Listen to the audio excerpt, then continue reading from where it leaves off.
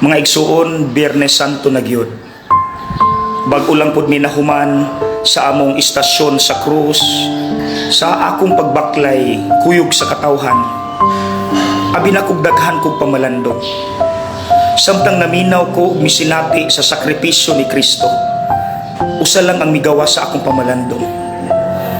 Nga kana bang dili gyud unta si Kristo ang angay mga muantos.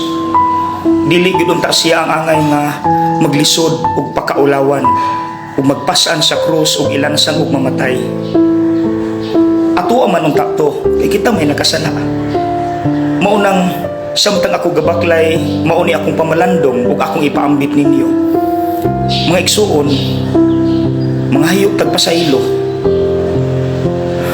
Lord, di magidunta ikaw ang magantos, kami man unta kay kami mo'y nakasala. Pero imo nang giakop tanan, Lord, pasayloa gyud mi Ginoo. Pasayloa mi sa among sala, nga ingon ana katungod namo.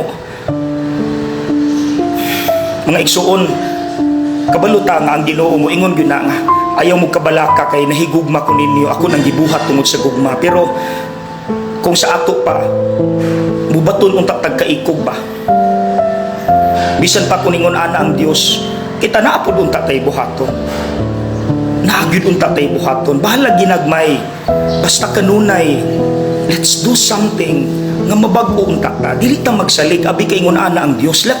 We must do something. Bahala ginagmay. Ako ganing suggestion, one sin at a time. Basta at least kanunay. Ang atong pagpaningkamot ba naagid unta tay buhaton nga igsuon nga pagbag-o. Hinaot pa unta